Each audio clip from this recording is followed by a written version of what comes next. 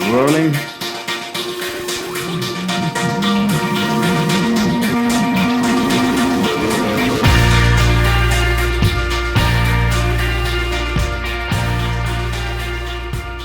Thank you for tuning in to another episode of the Catch the Sky podcast, and a big welcome to all of our new listeners that have just joined us over the last few weeks.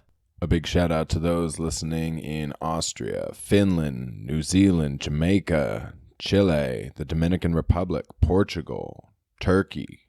Thank you for joining us. I am your host, Sweet Tea, recording from Erie, Pennsylvania. And with me again this week, off of another siesta, is Dick Francisco. Woo! I'm so happy to be here, T. And I'm happy to have you. Dick is recording from the Dick Francisco Studios in Phoenix, Arizona. Hot AF Phoenix, Arizona. Is there anything else that you wanted to share with some of our new listeners? I do just want to clear up that statement about me being on a siesta again. Okay. Let's just be clear. I don't know how much siestaing was happening. What you didn't go to Mexico or anything like that? Okay, so I might have ended up in Mexico for 26 hours of this most recent sabbatical. Oh my God! All right. Well, if anyone wants to hear the first Mexico story, they can listen to episode 108. But and I have yet to share the next one, so stay tuned later at some future date for more Mexico stories. More Mexicos. We still have to create our own Mexico stories together. We do, because all these ones I'm creating without you, T. I need you in my Mexico stories. Yeah, we will. Yeah, we'll definitely get to it at some point. So if you want to follow Dick or I or comment on anything you hear, you can find us on Twitter at CTS Terry or at I'm Dick Francisco. You can find Dick on Instagram at the Dick Francisco. And you can find the podcast on Facebook, Instagram, YouTube, or wherever you listen to podcasts by searching for the Catch the Sky podcast. Be sure to like and subscribe for our weekly episodes. And Dick, now that you're back, what do we have in store this week? Yeah, so what's been going on? I know. I wanted to explain my siesta. And I think it was episode 109, Slow Down Dick, I believe is what it was called, where you dedicated a brief episode to me that, again, has continued to be very meaningful in this stage of my life because just a lot has been going on. And I really needed to take a pause in life. Arguably, the last 6 months have just been ridiculous. But most recently, what really made me just have to take a pause in life was the loss of a dear friend of the show, someone who has made her own mark on this show in the background, sometimes edited out, sometimes not. But my beloved Lucy Lou, I had to put her down on Saturday. Wait, say what? And I had to put her down on Saturday. And I had to euthanize her. How are you doing? I'm not super well, not going to lie. I thought I was going to do better even talking about this with you right now. Mm-hmm. And I'm not doing great with it. But it was all for her. The decision was certainly for her when you choose to bring a dog into your life, and I firmly believe this. The responsibility is ours to be their providers, and that means providing them everything while they're alive and, allowing them to die with dignity when it's time too, and that's a huge responsibility. I know you and I have talked a lot about that with Frank because you know what Frank means to you and how difficult that even could be, you and your pandemic puppy, Frank.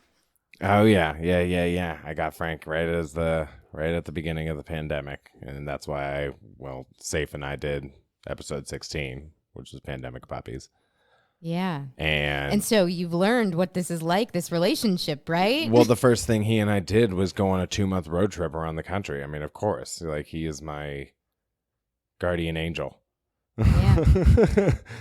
And this isn't the first time I've been through this, but it doesn't ever make it easier, because every time you have a relationship like this, and Lucy was a special one. We've talked about her being special needs throughout her whole life. And she was one of those dogs that when you think about a dog, and how, like you just said, Frank is your guardian angel. Lucy was no one's guardian angel per se. I think she was everyone's realistically, but she was a what can you do for me kind of dog her entire life. Not what can I do for you? I am not man's best friend. No, you are my best friend, and you are going to do everything that I ask of you. And that was just, because of her condition. But, Like that so time- lovable. Like that time you guys had that cement pad poured just for her to shit on. That was so nice of you, I'm pretty sure everything that was ever built in this house was for her to shit on. With the exception of the Dick Francisco studio, that dog, till the end, hated this studio. She would come in here and she would cause a scene, but absolutely hated it because, one, it got more attention than her at one point for a brief period of time. Ooh. And two, took up portions of her yard where she was also shitting everywhere. Well, yeah. And so there's that. But that's why you built her the cement pad to shit on, so she didn't have to get her feet dirty. Absolutely. The final day, literally 2 hours before she was put down, that was her last hurrah. She made her way out there and just marked it one more time. I hope Lucy it's still fashion. there. I hope it's still there. It might be, but that's only because I've been in a little bit of a state of grief, and there's not a lot of things you're necessarily compelled to do when you're in grief. You should go put like a picture frame around it. Maybe it'll make it on the gram. Stay tuned, everybody. Right. Or not. But I really, it's impactful. Loss really is. Well, yeah, I'm sorry. And I'm sorry to you too, T, because I know you loved her too. And so I've been sorry to a lot of people because she touched so many lives. She wasn't a typical dog. No. But loss is real. I think you and Safe early on touched on that here on the show, that concept of death. And well, we tried to do a death episode, but episode 32, but it turned into a sports episode. So I don't really know. But think about that. Here's why, though, because death can be, loss is tragic, and we all grieve differently.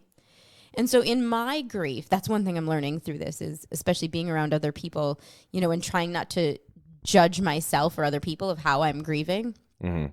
And because I'm a funny person, and so I like to make jokes, and sometimes that is not super welcomed in a state like this, but it's only because it's part of my grieving process. Oh, I'm the worst too. Yeah. Like, honestly, the gal who came over to euthanize the dog, I'm not going to lie, she was very cute. Mm-hmm. And I was like, in this state of grief, we've talked about the threesomes and trying to nail someone down. And I was like, is this the time where I ask her? It was not, by the way, for the record, it was not the time to ask her for a little FMF. Oh, I wish I had that episode queued up of when we explain FMF. That's an Easter egg. Somebody go find which episode we talk about FMF. Yeah. And it's out there, everybody. It's surprisingly not the porn star episode, if I recall. But listen to that one too. But no, it's not that one. When we explain FMF versus FFM, I would have done FFM with her too.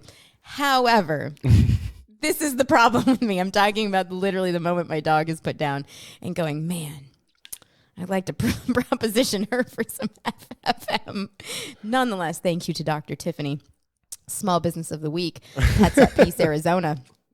She's amazing. Let me just tell you, she is amazing, because this whole process of dying with dignity and acknowledging that it was that time and knowing that the most anxiety causing thing for Lucy is to remove her from her sanctuary, which was her house. Mm-hmm. There was no way I was going to remove her from the house to take her into some sterile setting in a vet's office that was going to just cause so much anxiety and panic for her in her last moments. Yeah. And so Dr. Tiffany from Pets at Peace, Arizona, came over to the house, came inside, got to know Lucy briefly. Lucy was very excited because she still loves new people, even in her final moments, and really had no idea what was happening. And she was happy till the end. And as tragic as that can be from a trauma standpoint, that like walking through my living room right now is hard. It's also, I know it was what was best for her. And so it really had me start thinking about this idea of euthanasia. And it's why I told you, okay, I think I'm ready to get back in the saddle. I'm ready to come have this conversation with you. But, you know, death is all around us. Animals aren't the only ones that are suffering and in chronic pain. You know, humans are too. And there's so much conversation right now about our freedoms. And when it comes to life and death, are we really that free to make those choices? And that's what I wanted to come talk to you about, T. So is this our weekly segment of respectful or disrespectful to proposition the euthanasia doctor as they're putting your dog down? It is. So is that where do you land on that side of things? Is this respectful? I feel like that might be I don't know. She might. Here was the deal breaker for me. At first, thought it was very respectful because I was getting some vibes off of her that like what she does for a living really consumes her, and that she was real tightly wound and needed a little FFM. Right? At very least, a pity fuck from someone. Right? Like I wasn't the one in need at that. I wasn't the one in need of that.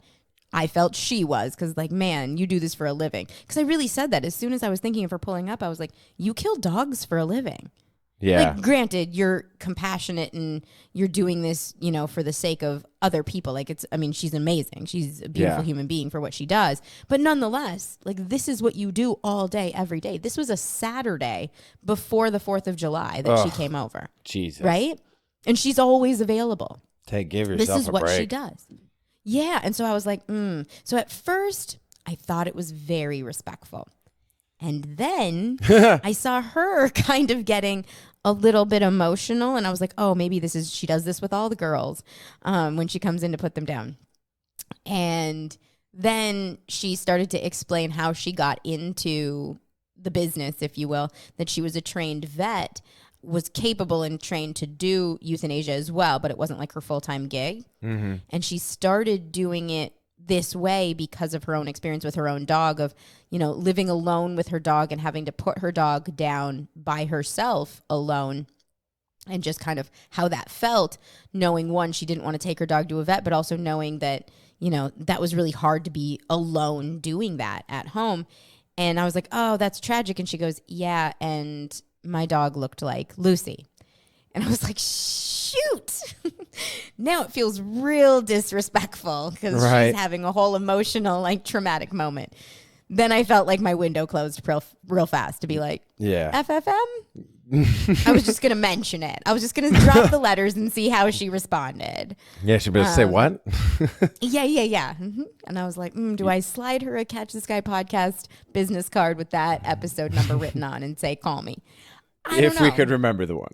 I know, right? I got to get better at that. But yeah, so that was when we went from respectful to disrespectful. Jesus Christ. Look, it's what Lucy would have wanted, okay? Well, absolutely. It's what Lucy would have wanted. Right. Yeah. So when you brought all this up, it got me thinking. We do this because it's expected of our, for our animals, right? But when people want, it is like, it's our responsibility. When people want this for themselves or for their loved ones, a la Terri Schiavo. Yeah, I got called that a lot in grade school. It was great. Oh, South Park also did an episode about that. So in those situations, what's the move, right? Yeah. Well, I'll think about that. When we talk about why we do this for animals and why it's the expectation of us, dogs, cats, even animals out in the wild, the intention or expectation on us as humans is to not let animals suffer. We're not supposed to allow them to suffer. It is our job to stop the suffering. And so that generally means humanely taking their lives.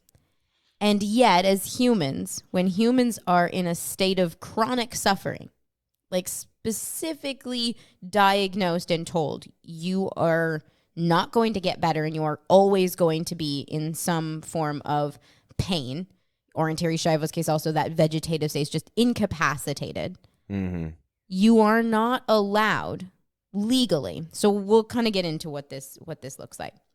Legally, euthanasia.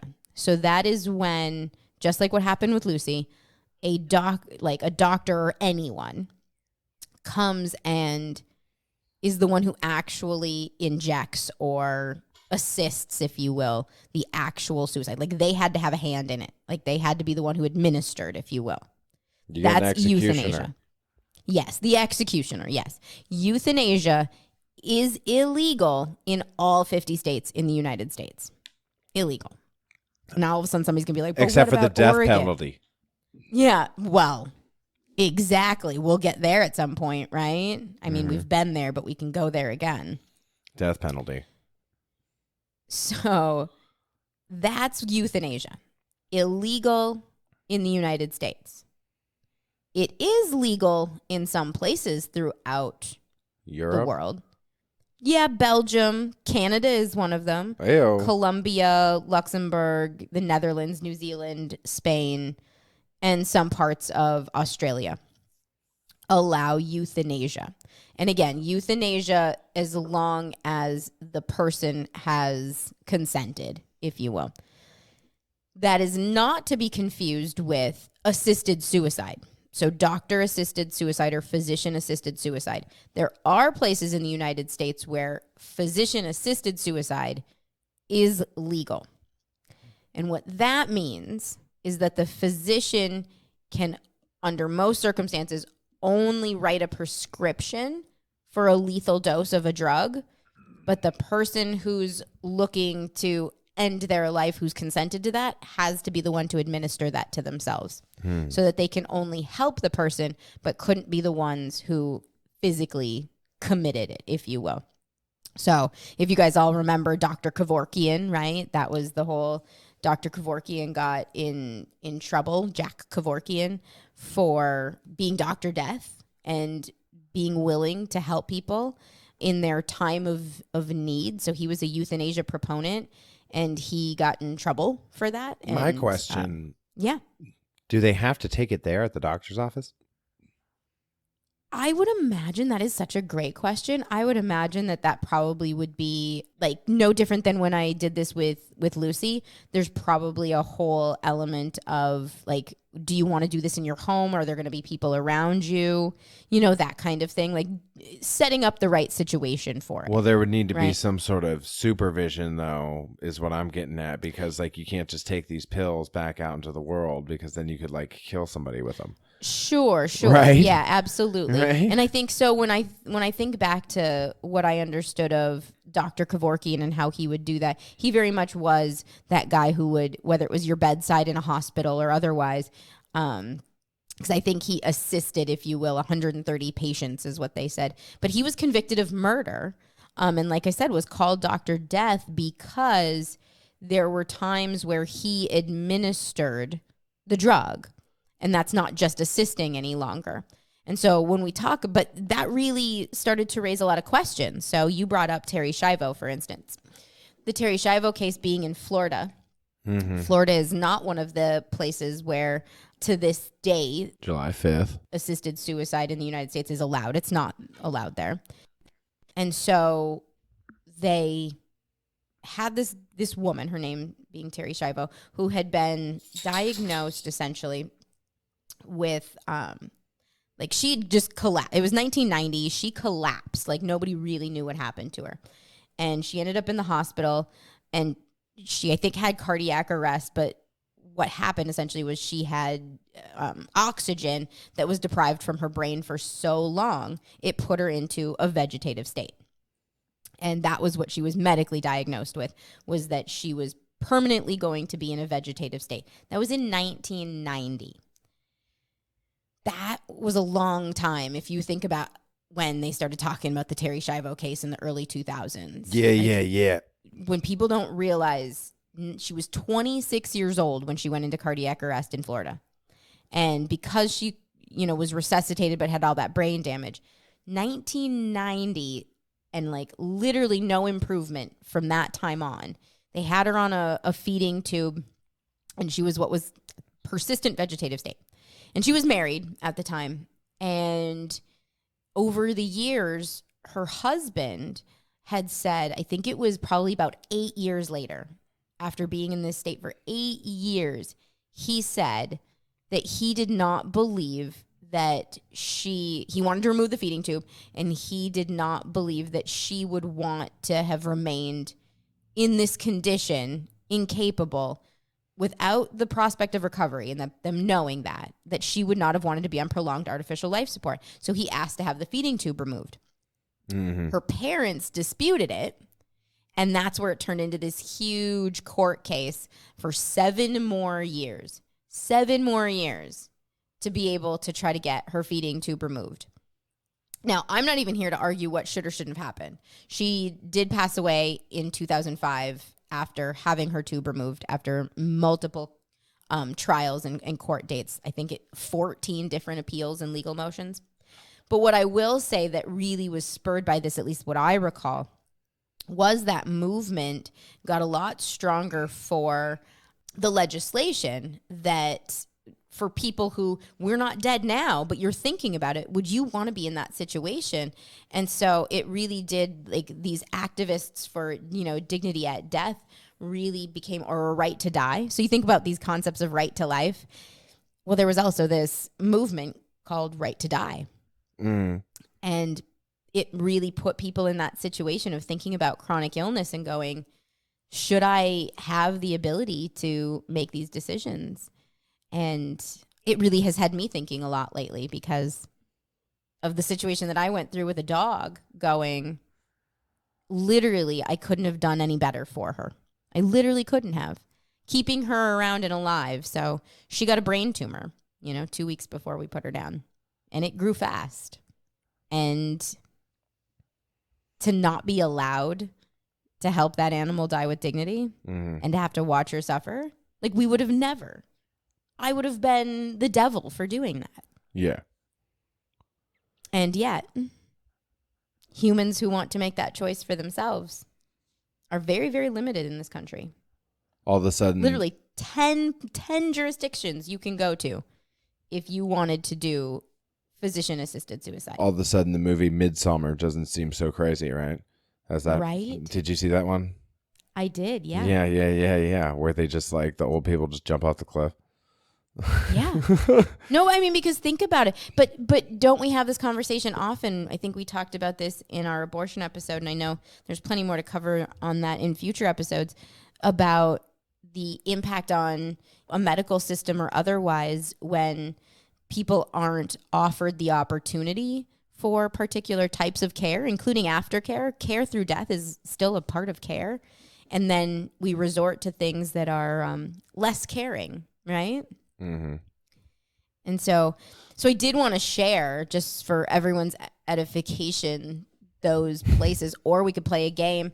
Hey, T, what 10 places in the United States do you think, I say jurisdictions, but states in general, allow physician-assisted suicide? Did you tell me Oregon? Did you give me that one already? Yeah, I did give Oregon just because that one was pretty groundbreaking. Oregon was, I think, the first place. At least it was really on the map. And I think that was, 1, some Dr. Kevorkian stuff going on there. And then 2, there was an American activist named Brittany Maynard. She was super young, and she became a right to die advocate because of her own personal situation. That reminds me, shout out to our girl Brittany Griner. How about California? Yeah, that makes sense, right? Yeah, Oregon and California. I'm 2 for 2. You are 2 for 2 so far. Basically, it's like all the same places that weed is legal. Colorado? Yeah. 3 for 3. I'm literally just putting this together now. Wait a minute.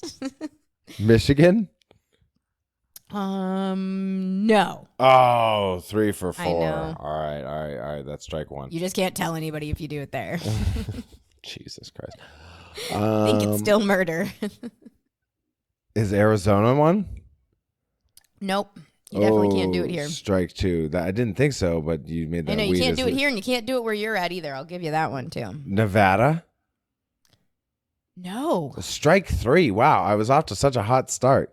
All right. Fill me in. So here we go. District of Columbia, D.C.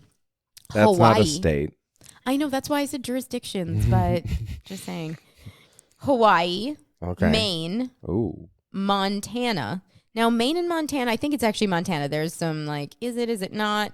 I'm saying it is. But if you're sketchy about it, just hop on over to Oregon. 0 questions over there. Or Washington, also allowed in the state of Washington. I should have just guessed that because it was right there. Right? New Jersey, New Mexico, Vermont. So California, Colorado, District of Columbia, Hawaii, Maine, Montana, New Jersey, New Mexico, Oregon, Vermont, Washington. Yeah. So when I think about that and I go, oh, okay, so you have a death with dignity law. So you obviously see Florida didn't have one. That's why the Terri Schiavo thing happened. Yeah. It does make me then think about. So, T, do you have a will? Have you ever written a will? Oh.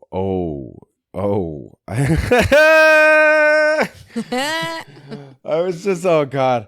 I was just thinking about this the other day. All right. So this might sound a little morbid, but I've once or twice written suicide notes, and one of them was left, somewhere, but I don't know if either of them were found. Okay. Because obviously I'm still alive and people didn't go through my things. Right. So the one was definitely like, I want this stuff to go to this person. I want this stuff to go to this person. But okay. I've never done anything with a lawyer. Sure. But you've documented things you want to happen after life before in that context. Yeah. I mean, I guess as an update, if anybody's listening to this and I get off in the near future, I mean, you can just have all my shit. Right. But I think, we get that experience as humans with the afterlife. We get to talk about, whether you put it in a will or not, you get to tell the people around you if you want to be cremated versus buried, if you want your ashes spread somewhere. We're allowed to have all of these discussions, and it becomes almost incumbent and What are you doing with Luce? So she is getting cremated. Okay. And then we're going to give, bits of her ashes to everybody, because we really felt like that's just how she would want it, is that everyone would have to have her as a burden forever to have to figure out, every time Are you going to move. mail me a vial of Lucy's ashes? Yeah, basically. Jesus fucking Christ. But think about it. It better That's not be very a her. Ziploc bag. Every at time least... you move, when you move back to Arizona, you're going to be like, oh, I got to bring these ashes with me. And then you can't ever just give them to Goodwill, you're going to have to keep them forever. So at least put them in a vial or something that I can fucking make a necklace out of, and then I can just wear it. Yeah. I'm not just going to pour them anthrax style into a freaking envelope. Jeez. Although I could. Could you imagine me trying to poof it out? She would love it. Again, she was difficult in her nature, and so. But when you think about it, right? It would get humans, stuck to the inside of the envelope, so don't do that. That's true. Now you have to keep the whole envelope. Then you have to put the envelope inside a Ziploc bag, and then put that inside a box. It would just be a lot. No, yeah. See, and at that point, it would get destroyed, and we don't need that. It would be so her. But we got to make that decision with her, and we get to say to people as humans before we die all of those things. You get to tell people if you want to be an organ donor. You get to wear a bracelet and put it on your driver's license if you wanted people to do that. The closest I've ever seen to this ability to choose, quote unquote, euthanasia, and if you've ever seen this, is the Do Not Resuscitate bracelets. Yeah. Have you ever seen one of these? I worked in a nursing home. Yeah, right? I mean, come on. So here's my question for you then. Here's my question for you, T. If someone had a Do Not Resuscitate bracelet on, were you instructed, no matter what, you do not attempt to resuscitate them? Was that bracelet binding? Pretty positive. We would just verify it, probably verify it with one of the nurses that's actually accurate, that's actually, that they didn't take that bracelet from somebody else or something. You know what I'm saying? Yeah. Like, is that on file? Like, just run that by somebody, one of the professionals first, because you don't want to make a mistake there. Right. So that's why I asked that question is we're allowed to use these do not resuscitate. Isn't that not the same thing? So if someone was chronically ill, but you're going to force them to have to go into, say, some type of cardiopulmonary issue, like a heart attack or, some type of code, if you will, when you hear that, on ER or whatever. God, I'm so old. Whatever the new hospital shows are. But at that point, then they're coding out. Yeah, but at that point, you don't resuscitate them. Then you don't resuscitate. So that's the closest we get, really, to like being able to make that decision while we're still alive in general. That's allowable, generally speaking. So that was why I was curious if we actually abide by that. I've never been in a situation to see somebody with a DNR bracelet or otherwise and go, am I supposed to listen to that, or is that very Dr. Kevorkian of me, and I'm going to get in trouble for murder because I watched this person die? Let's just try to avoid those situations if you can. Oh, yeah. Oh, I 100% am. I'm not working in a nursing home. Well, nor am I anymore, so. I know, right? It's a little much for people like us. So don't ever let me end up there. No, never, because we shouldn't be in that situation, right? No, but it's a miracle. That's the question I'm asking is, should we not be allowed to also make that determination while we were able-bodied and living? So that if I walk out of the Dick Francisco studios, right, and, an alien attack happens, but they leave my body. Mm-hmm. We have to talk about aliens again soon, too. Yeah. If I'm in a vegetative state because they've stolen my soul and everything out of me, and so I'm just a vessel now that's empty. Mm. But I told you on this episode right now, I would like some assisted suicide or euthanasia in that circumstance. Should that not be allowed? And we don't allow it. It's illegal. Can I bang you first? Of course. Duh. I'd be disappointed if you didn't. Terrible. Yeah, 100%. Look, we all grieve differently. To the listeners, we all grieve differently. Okay? I mean, you didn't say you were dead. Yeah. I'm not. 100%. My vessel is still there. The aliens just took all of the parts of me, the insides, that make me alive. Yeah. So, yeah. Technically still very human laying there. Right. But I'm vegetative. Got it. Like Terri Schiavo. Jesus. Terri on Terri. Oh, God. Oh, jeez. We just got some Terri on Terri action. Terri squared. Jesus. Oh, God. Fucking God. I'm so sorry to the people. I know. All right. Well, I think everyone needs to understand this is what happens. Yeah, this episode actually have gone a really long time without that happening. This episode's officially gone off the rails, so that's probably. Yeah, it happened. And here we are. Right. God. Well, Terri on Terri squared. Yeah, that's where I'm at, T. I'm really in this stage of, am I ready to quit my jobs and go become a right to death activist? Is that what my life has in store for me? I don't think so. But I'm not going to stop you from following whatever you think your dream is. Oh, I just don't know if I have the couth to be a death with dignity. Yeah, probably advocate. Not. Yeah, you're probably just more about the death part of it. So there's just so many jokes in there, though. Right. I think on that note, that's probably a good place to wrap this episode, right? For the record, I am grieving, everyone. That is me grieving. That is right. Dick Francisco grieving right there. We are all grieving. Jesus Christ. Oh, man. Well, if you have any thoughts or comments on this episode, feel free to leave them on Instagram at the Dick Francisco or on Twitter at I'm Dick Francisco. You can find me on Twitter at CTS Terry or on Instagram, Facebook, YouTube, or wherever you listen to podcasts by searching for the Catch the Sky podcast. Be sure to like, subscribe, and we will continue to put out episodes every week. Thank you for listening. Dick, welcome back. I think Thank this you. episode, goes without saying, is dedicated to Lucy and Yes. all the people that she touched throughout her life. Yes. And the 73% of Americans who support euthanasia. Yes. And the smaller percentage that support you banging me in a vegetative state. This is for them too. This is consent right here. This was consent. So Right. let's not get this twisted, everybody. Don't come at me. Don't come at me. Don't slide in my DMs. Accusing me of the R word. Don't slide into my DMs with the R word, okay? Jesus This Christ. is consent. Oh my God. Okay. All right. Before we...